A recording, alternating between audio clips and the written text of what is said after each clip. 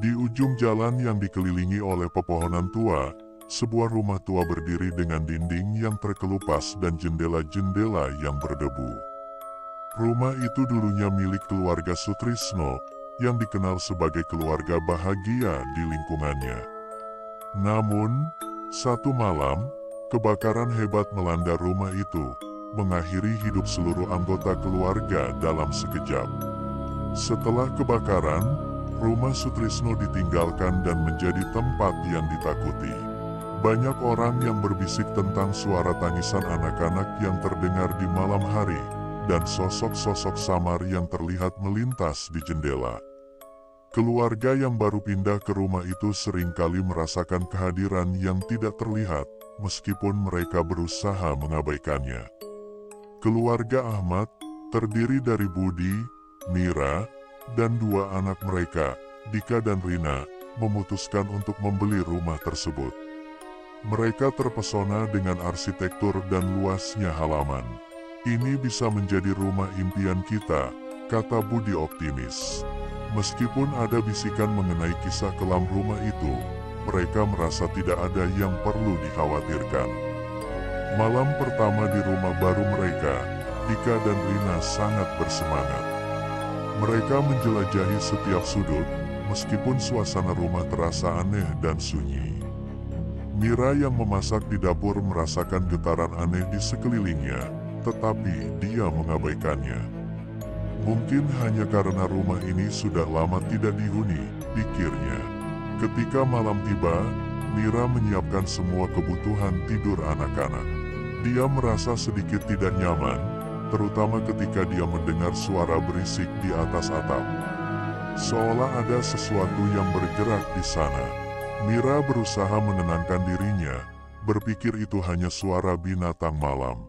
Namun, saat dia menutup mata, suara tangisan lembut yang mirip anak-anak mulai mengisi ruangan. Keesokan paginya, Mira menceritakan kepada Budi tentang suara aneh itu. Mungkin itu hanya suara angin, kata Budi, berusaha memberi penjelasan logis. Namun, Mira merasa ada yang salah. Selama beberapa hari berikutnya, suara-suara itu semakin sering terdengar, terutama saat malam hari. Rina, anak bungsu mereka, mulai mengeluh tentang teman imajiner yang sering mengajaknya bermain. Dia sangat lucu, Ibu. Namanya Tiara, katanya dengan senyum lebar. Mira merasa khawatir, tetapi tidak ingin mengganggu imajinasi anaknya. Namun, saat Rina mulai menggambar sosok wanita dengan dua anak kecil, Mira merasakan ketegangan di dadanya. Suatu malam, saat Budi sedang bekerja lembur, Mira terbangun oleh suara anak-anak yang tertawa. Dia merasa seolah-olah ada yang bermain di halaman. Dengan rasa penasaran, dia berjalan ke jendela dan melihat bayangan samar yang bergerak di luar. Ketika dia meneliti lebih dekat, dia melihat sosok wanita yang tampak sedih, berdiri di tengah halaman. Ketika dia mencoba mengedipkan mata, sosok itu menghilang. Mira merasa ketakutan. Dia segera menyalakan lampu dan mencoba menenangkan diri. Namun, saat malam semakin larut, suara-suara aneh kembali terdengar. Tangisan dan tawa yang berganti-ganti membuat Mira tidak bisa tidur. Keesokan harinya, Mira mulai mencari informasi tentang rumah itu. Dia pergi ke perpustakaan setempat dan menemukan arsip lama yang mencatat tragedi yang menimpa keluarga Sutrisno. Dia membaca bahwa kebakaran itu terjadi pada malam ulang tahun Dika, saat mereka merayakan kebahagiaan keluarga. Semua anggota keluarga terjebak dan tidak ada yang selamat.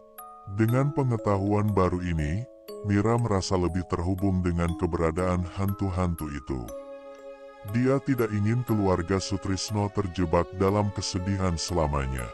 Dia kembali ke rumah dan menyalakan lilin di ruang tamu, berharap agar mereka bisa menemukan kedamaian.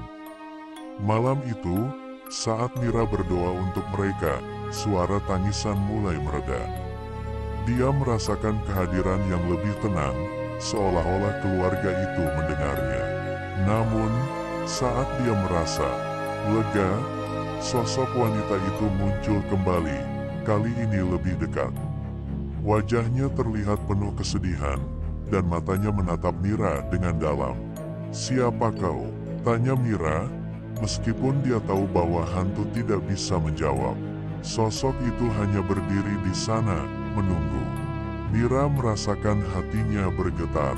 Dia ingin membantu, tetapi tidak tahu bagaimana caranya. Dia memutuskan untuk kembali ke perpustakaan untuk mencari tahu lebih lanjut tentang kebakaran itu. Setelah beberapa hari penyelidikan, Mira menemukan bahwa api dipicu oleh lilin yang ditinggalkan menyala saat mereka tertidur. Lilin itu terjatuh, menyebabkan kebakaran hebat yang menghancurkan rumah dan mengakhiri hidup keluarga Sutrisno.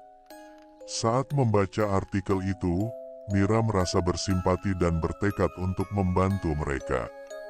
Malam berikutnya, Mira mengumpulkan semua lilin yang dia punya.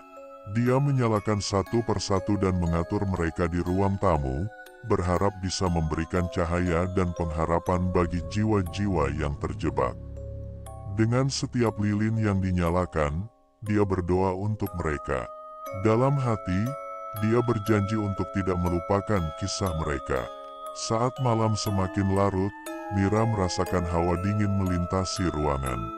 Dia melihat bayangan wanita itu sekali lagi, dan kali ini dia merasakan aura yang berbeda. Wanita itu tampak lebih tenang, meskipun masih penuh kesedihan. Dalam momen itu, Mira merasakan kehadiran anak-anak kecil itu di sekelilingnya, bermain dengan ceria meskipun mereka tidak bisa dilihat. Keesokan paginya, Budi mulai merasakan perubahan di rumah. Dia merasa lebih nyaman dan tidak lagi mendengar suara-suara aneh. Mira memberitahu suaminya tentang apa yang terjadi dan tentang ritual kecil yang dia lakukan untuk keluarga Sutrisno.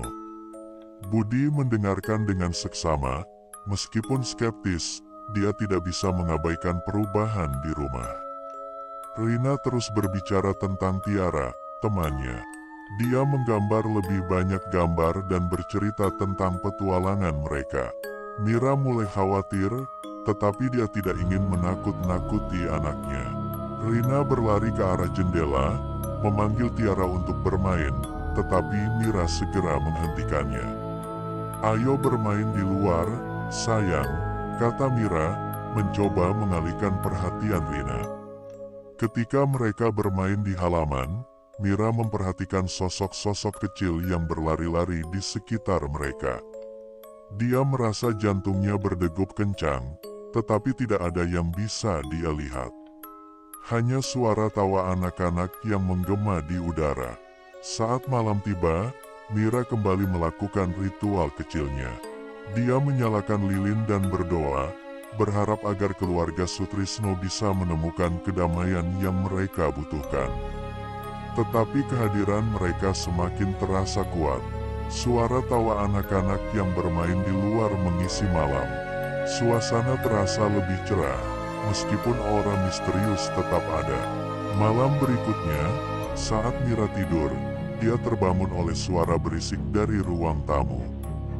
Dengan hati-hati, dia mengintip dan melihat sosok wanita itu sedang berdiri di sudut ruangan, menatap lurus ke arah Mira.